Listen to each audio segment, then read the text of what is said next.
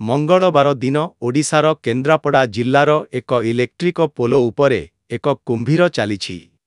संदेह करा जाउछि जे उक्त शिशु कुंभीरटी बोधहुए भटारकानिका जातीय उद्यान भितरे प्रवाहित पाटासाला नदीरु आसिछि।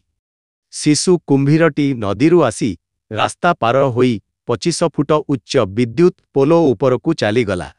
देखा जाइछि जे स्थानीय बासिंदा पार्टी करी पथर फिंगिछंती।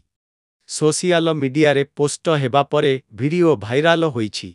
कुंभीर विषय रे पचरा जाइथिबा बेले वन विभागर अधिकारी माने कहिछंती जे एहा एक शिशु कुंभीर कि अन्य सरीसृप ताहा स्पष्ट होई नाही। सूचना योग्य जे कुंभीर प्रजनन ऋतु वर्तमान चलिछि।